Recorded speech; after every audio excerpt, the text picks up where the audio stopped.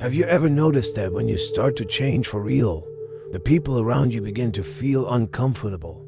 They don't speak openly, of course. They disguise it with jokes, with advice masked as concern, or with that awkward silence when you talk about something deeper. But deep down, what's really happening is simple. Your mental evolution threatens their comfort zone, and no one likes to be forced to confront their own complacency. Perhaps you're going through exactly this right now.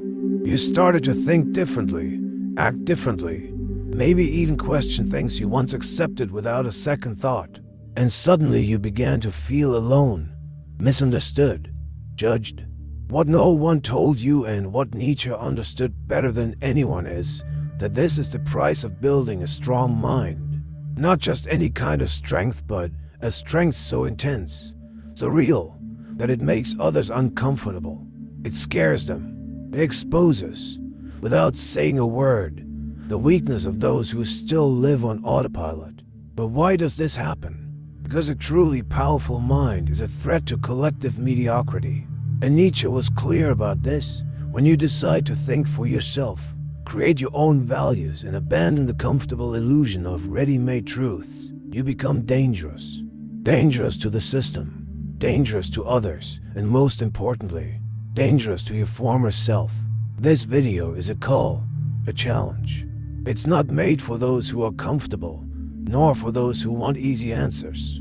It's made for you who is tired of being a hostage to your own insecurities, who feels on the brink of an internal rupture, and who is ready to build something that no one can destroy. A mind that no one can manipulate. A mind that terrifies because it does not bend. So if you feel ready for this path, a lonely, tough, but absolutely transformative path, stay. Because what Nietzsche has to teach you will confront you, but it can also set you free. And after this, you will never think the same way again. Nietzsche was not just a philosopher. He was a surgeon of the human soul. Someone who had the courage to look into the abyss of existence and not only face it, but dive into it. And it is precisely in that abyss, in that inner chaos that many avoid, that he found the source of true strength. Because for Nietzsche, it is not in peace, stability, or order that a human being transforms. It is in pain. It is in the fall. It is in chaos. He wrote, "You need to have a chaos inside you to give birth to a dancing star." This is not poetic metaphor. It is psychological diagnosis. It means that if you want to build an unshakable mind, you need to abandon the childish idea that it will happen through comfort, cheap motivation, or positive affirmations. No, true strength is born when you face suffering without fleeing. When you stop asking for life to be easier and start wishing to be stronger. Think of the times you grew the most. Was it when everything was fine? Or was it when you were shattered, lost, directionless, having to rebuild yourself with your own hands? Nietzsche believed that suffering was not a mistake of existence, but rather its main driving force. He did not romanticize pain. He faced it as a tool. And if you can change your relationship with pain, with failure, with loneliness, you begin to shape something rare and indomitable spirit. And it is precisely there that the world begins to be disturbed by you. Because while most flee from chaos, you will learn to walk within it. While others beg for normality, you will create greatness. But this transformation requires a brutal break with everything you were taught about strength. Being strong is not about smiling all the time. It is not about having fake emotional control. Being strong is enduring the unbearable and coming out on the other side even more dangerous. But Nietzsche knew that chaos by itself is not enough. You can be destroyed by it if you do not have an inner center, an anchor. And that is why in the next part, we will talk about the most decisive moment of Nietzschean philosophy, when he kills God and places upon you the full weight of existential responsibility. Because when there is no longer a sky to look up to, it is within you that the universe needs to be born. If this content is making sense to you, click the subscribe button and subscribe to the channel. Thank you for your support. When Nietzsche declared, "God is dead," he was not celebrating. He was issuing a warning. A warning that many still do not understand today. What he killed was not a divine figure itself. He killed the illusion. The illusion that there is a higher authority taking care of everything. The illusion that there is a plan, a pre-established meaning, a purpose given by someone from the outside. The death of God is the end of any excuse. And that is frightening, because until then, it was easy to outsource the responsibility for your life. It was comforting to believe that everything has a reason, that suffering is part of a divine plan, that there's a greater good that will justify everything in the end. Nietzsche violently tears this veil away. He looks you in the face and says, "You are alone. There's no ready-made meaning. Now you are the creator." And this is where the true construction of a powerful mind begins. Because most people collapse when they realize they are alone in the face of chaos, without a manual, without guarantees, with no one to blame. But those who have the courage to face this without crumbling, they begin to forge an unshakable consciousness. With the death of God, Nietzsche pushes you into the abyss of radical freedom. You should not follow commandments. You must create values. You should not obey. You must surpass yourself. It is the birth of brutal autonomy. And along with it comes the weight. Everything now depends on you. There is no more absolution. There is no more salvation. Either you build yourself or you sink. But here is the secret.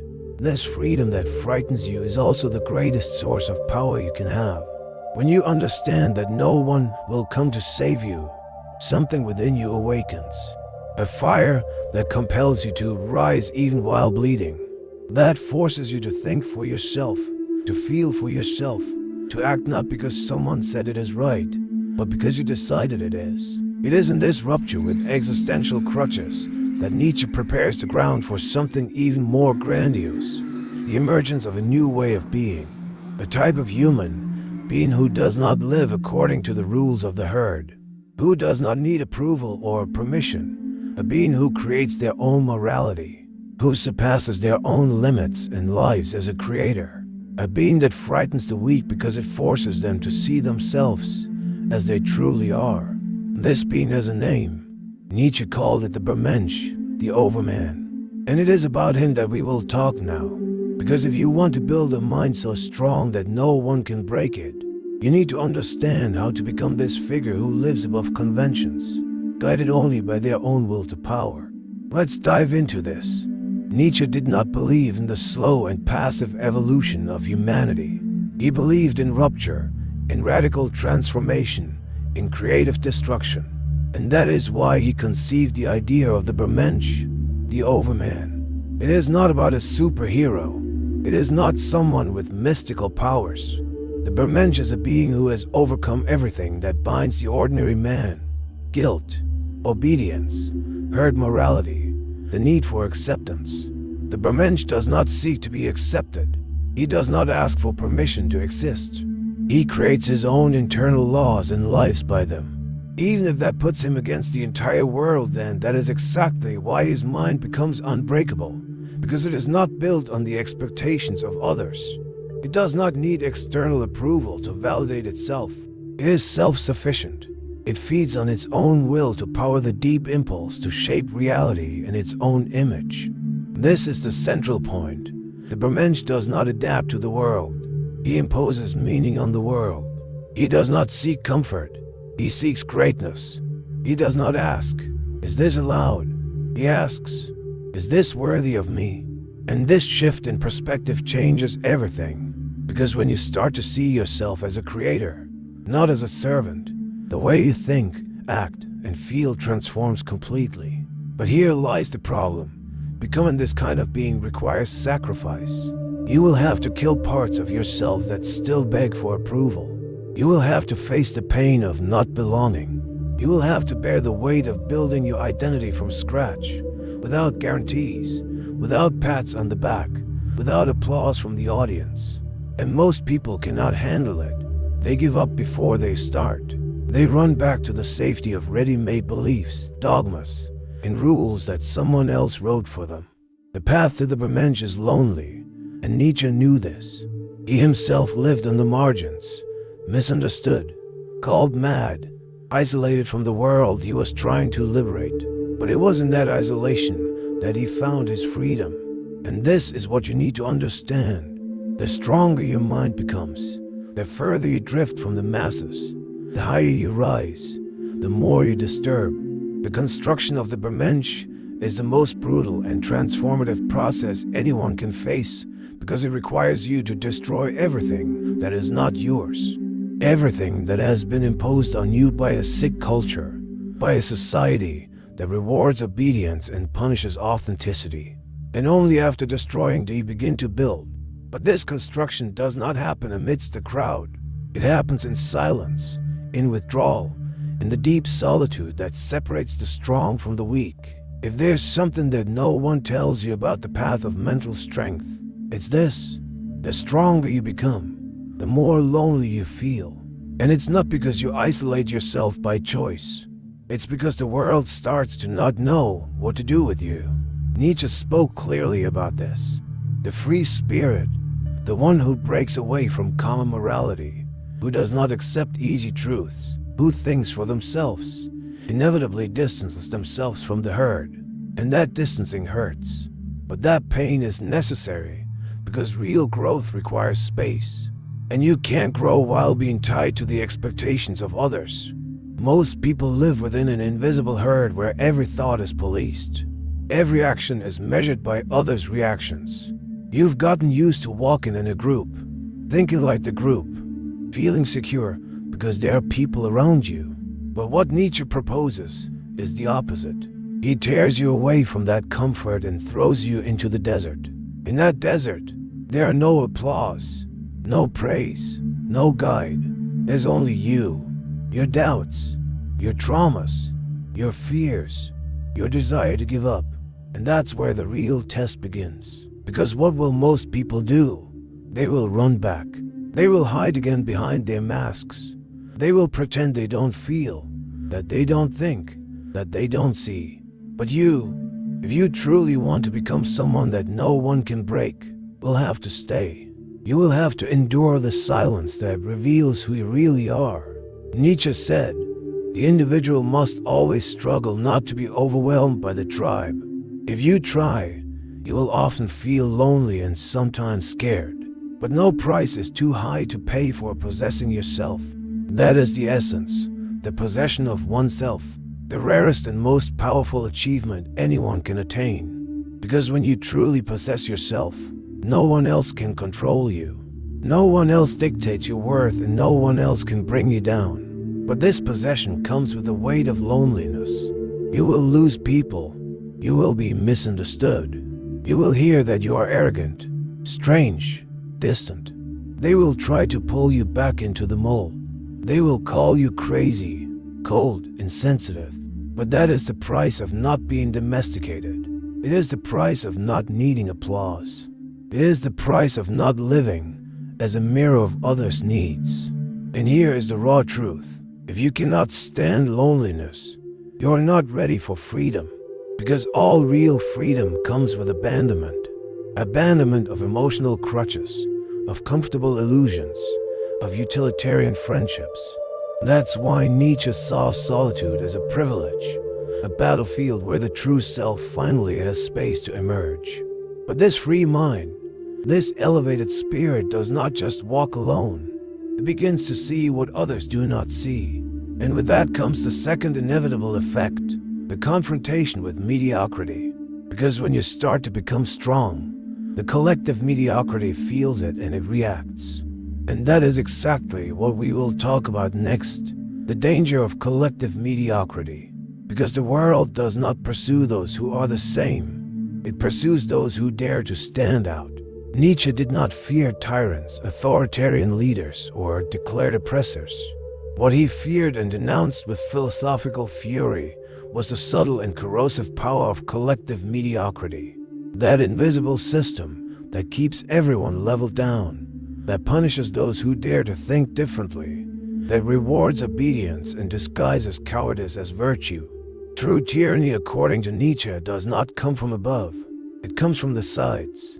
It comes from the crowd that demands you remain small so that they do not have to grow. And that is exactly what happens when you start to stand out. When your mind becomes sharper, your spirit firmer, your presence more uncomfortable, you begin to disturb, not because you're doing something wrong, but because you are doing something rare. You are breaking the mold, and society hates those who break molds. Collective mediocrity cannot stand individual brilliance, because the brilliance exposes the darkness of ordinary life. Nietzsche called this the slave morality, a morality built by those who, unable to achieve greatness, decided to invert values. They transformed strength into arrogance, ambition into selfishness, independence into coldness. And with that they created a moral system that protects the weak and condemns the strong. But make no mistake, it is not out of compassion. It is out of resentment, because the weak do not want to be saved. They want the strong to be destroyed. That is why when you start to liberate yourself, they begin to attack you. Sometimes directly, sometimes subtly with looks, silence, irony. But the message is clear. Go back to the group. You're making us feel small. And you are unintentionally just by being who you are. Nietzsche understood that most people live in a state of paralyzing conformity, an existence shaped by fear, guilt, and obedience. And anyone who questions this state is seen as a threat. But do not be fooled. Mediocrity does not attack with force. It attacks with numbers, with consensus, with the weight of repetition. It will try to make you doubt yourself. It will make you think you're wrong for not fitting in. It will use all social resources from shame to exclusion to make you lower your head. And it is at this moment that many give up because they cannot bear to be the strange one, the difficult one, the arrogant one. But Nietzsche would give you another name, necessary, because while the world revolves around recycled ideas, manufactured desires, and comfortable truths, it is the strong individual who brings the necessary discomfort for something new to be born. Your difference is the spark of transformation, but it is also the target of resistance. Being strong, thinking freely, living autonomously, all of this is an act of war against collective mediocrity. And like any war, it requires preparation. It requires weapons, but not physical weapons, mental weapons. You made it this far. That already sets you apart from the majority. Most people would have closed this video at the first provocation. They would have run away at the first discomfort. They would have turned it off the moment they realized this is not content meant to stroke the ego. It's a call to action. A call for those who are ready to let go of the comfortable illusion and face reality with their eyes wide open. Because building a mind so strong that it becomes feared is not just a choice. It's a renunciation. You will lose. You will lose friendships that were based on superficiality. You will lose opportunities that require submission. You will lose the ability to be content with little. But in exchange, you gain something priceless: integrity, clarity, presence. You will begin to notice that most people live in a slumber, and that your lucidity is frightening, that your firmness makes others tremble, that your absence is louder than the presence of many. This strength does not come from outside. It is not taught in self-help books, nor is it earned with ready-made phrases or empty affirmations. It is dug deep within the soul, in the silence of difficult nights, in the choices that no one sees. It is the result of an internal war between who you were and who you are becoming. And this war has no end, because the truly strong are not those who have won. They are those who continue to fight even when they could already stop. Nietzsche did not want to create followers. He wanted to provoke internal earthquakes. He wanted you to stop crawling for approval, to stop begging for meaning, to stop seeking in ready-made systems what can only be built with blood, sweat, and awareness. He wanted you to become dangerous, not in a violent sense, but in a rare sense. So rare that your mere existence forces others to look in the mirror and confront what they are avoiding. And now I want to invite you to do something that will solidify this process.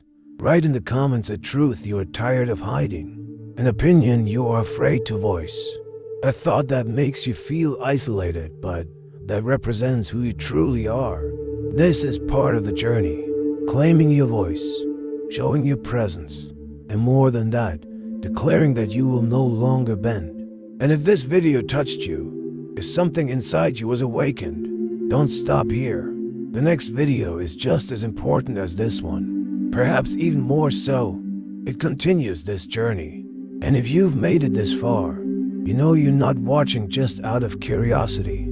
You are here because something inside you has already begun to change. So keep going. You're not alone. You're just ahead. And that, my dear, is frightening, but it is also liberating.